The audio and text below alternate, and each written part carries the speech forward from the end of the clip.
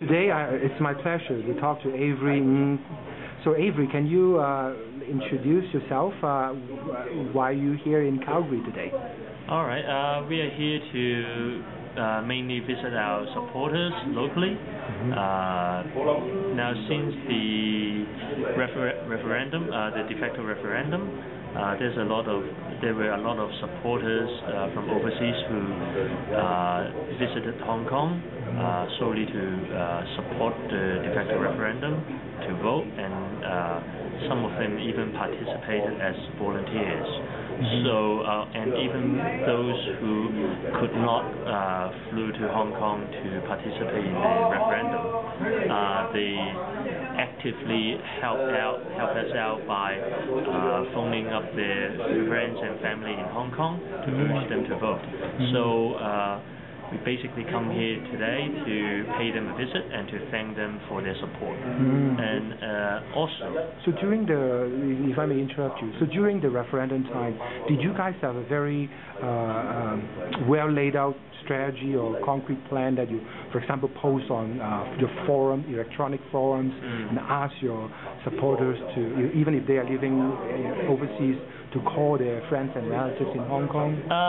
What was the thinking, the planning behind it? There wasn't that much of a strategy or coordinated action, but rather is our supporters took their own initiatives to rally their friends and family throughout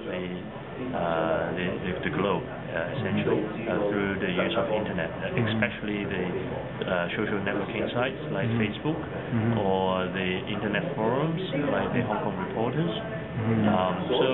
So we knew that we can harness the power of internet to help us promote our de facto referendum, but mainly we were mainly rely on the initiatives of our supporters to get the whole movement going. How big is your? Do you have a team of people creating your YouTube footage and one? Nope. For example, I've seen like you appearing on a YouTube clip, like asking for support and financial support and support for the referendum and whatnot. Like, did you like do it yourself, like set a camera and then edit it yourself, or you have another supporter working on it, like the two of you? We had a team of one. Team of one. Who did everything. Because we don't have that much resources within LSD, and even when we do have some resources, we use them mainly on campaigning. So we basically rely on our limited staff. So the team of one was you, right? You're talking about. Right.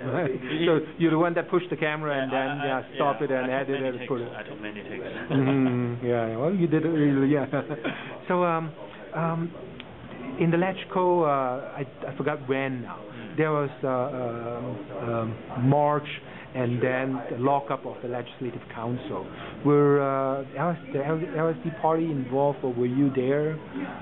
You were saying the night of the 23rd of May, or not the night. I don't remember when. But do you remember? To vote on there was one night. There was one night where the Legislative Council members were debating in the council. The high-speed rail incident. Yeah, maybe. That one. We were just a participant in the movement. So it wasn't an LSD organized or plan, but we do provided support or advisories on those events. Right. So Avery, I mean, you're educated overseas, right? In Australia, New Zealand and Australia. University graduate. I think you're engineer by trade, right? Yeah. What made you want to actually enter politics? And like, do you still hold a full-time job and then work on the politics at the same time? Well, my full-time job, although unpaid, is in LSD, and my part-time paid job is a strategy consultant. I mean, essentially, I spend almost 10 years working full-time as a corporate strategy consultant. So I mainly work with multinational corporations, and I learn of I guess the devils of the capitalism. So I understand how, especially in Hong Kong, how the corporation or the conglomerates using the unfair system to essentially rip Hong Kong peoples off. So that's why I joined LSD, try to correct the system, and try to make the society better through driving a more democratic society. So are you worried about your clients, like knowing your political involvement, not hiring you in the future? No, I don't really worry about it because they are not hiring me anyway. No, just kidding. I mean, I used to work with some Chinese multinational corporate as well. But of course, mainland China. Yeah, mainland China. But of course, being in LSD as a vice chairman, nonetheless, is more sensitive. So I don't really work with the Chinese MNCs anymore. But still, I do my businesses mainly with foreign MNCs whom are more open to right. So the foreign companies are not as worried about your political involvement. Yes. They'll hire you for your technical knowledge and advice as opposed to because your political affiliation and stuff. Right. So to you, the unpaid involvement in the LSD party, does it take a lot of your time, and do you see a lot of your how they put it, your colleagues or people in your generation be involved in politics more than before? Oh yeah, as I said, my full-time job, unpaid job is at LSD, so it really requires a lot of time and energy from me to involve in the political work. But I think it's worth it because it is a worthwhile movement, and if I don't, come out and do it, I mean, I cannot just sitting around and waiting or hoping that somebody else can do it for me. And I guess I'm pretty happy and took the comfort that there's a lot of younger people really being active and coming out and join the political movement. So that's why you see in LSD there's more and more younger generations coming in, being an active member in driving the movement. Your current membership, is it about more than 1,000? Yeah. So how many of them would you say are younger generations, like the teens or the early 20s? About half, or maybe a bit more than half of our members are below 30s. Yeah. How do you respond to those people who say, oh, the LSD party members are very young, and then they seem to be very confrontational. The one that are always shouting during public forum or demonstrations and stuff. Like on TV, I mean, I think the Sunday RTHK forum, there are a lot of people yelling and whatnot. But what's your take on it? Do you guys encourage it, or do you participate in it? Well, actually, I do not define those as confrontational. I mean, they were just voicing their opinions, and they were being logical. You mean like even the fact that they are actually trying to shout down other people when people are forum seekers are trying to express their view? No, if you, I mean, obviously there's always some people who are a bit emotional and passionate about their views, and it may come across to some other people that they're being, confrontational.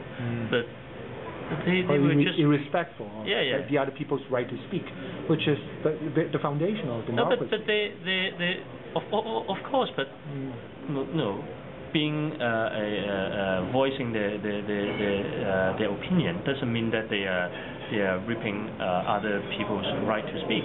No. Here's what I see. Like I actually do watch the program, HK program, and I have seen like when it's someone that those people disagree speaking, well, they don't actually get a chance to speak. They get shouted down from protest on the They have the right and they can speak out. I mean, they've got the microphone in their hands. Do you mean the speaker on the stage? They have the right because they have the mic and they have the mic. They can speak. So you're okay with turning into a shouting match? No. I don't encourage a shouting match. But you do have to step back and understand if there's incidents where people are starting to shout. You have to take a step back and listen to what are they shouting at. My guess is, and there's many incidents where government officials or the pro-communist parties, they are voicing a twisted view of the world, of the government or of the society, and they don't accept responsibility, especially the government officials.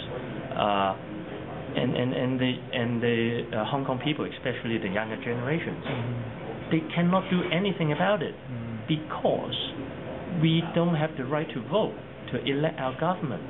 We don't have the power or the right to change what's wrong in the society. So you see that as a legitimate last resort to use in the public forum to engage in. No. It is not a last resort. It is just an expression of their desperation and emotion. That's about it, right? The government officials, the other opposition parties or people, they have the right to speak. It's tough. I have to call you on that because sure you say they have the right to speak. Well, they have the mic, but then when it's shouting down below the stage and it gets very distracting, and it's not a democratic discourse of a discussion. I have to disagree on that. Is shouting or yelling doesn't mean that it's not democratic. It's a two different concept. Democratic is every people has the equal rights to voice to vote or to have the equal right to participate in the society. But yelling or shouting, if you may put it that way, is just a form of expression. You cannot equate that as non-democratic. It's two different concepts. I guess I'm old school. To me, you have a stage and then you have invited guests of different sides. Presumably you're not, I shouldn't presume. I personally don't think RTHK is too partisan. So there are guests from both sides, and then they have their turns to speak, and there's also a turn for people to ask questions. Yeah, right? but the RTHK forum is a little bit different from your normal debate, because that forum was specifically created to tailor for public participation. Right, a portion of the time, right? Yeah, not all the time, right? And you can't just let the people you support speak and when the other guy of course, but then the thing is, there's always the other side, and the other side we're doing the same thing as well, right? And they were doing it for many years. Right? Well, yeah. That's why you've got the few old guys. That's why you have the phenomenon of the the Victoria brothers or the Victoria uncles, right?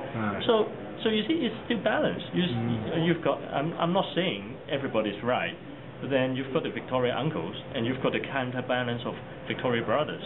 Sure. So it's just a public forum. So it's all right. Thanks a lot, Avery. I'm going to interview you in Cantonese. Okay, cool. Thank you.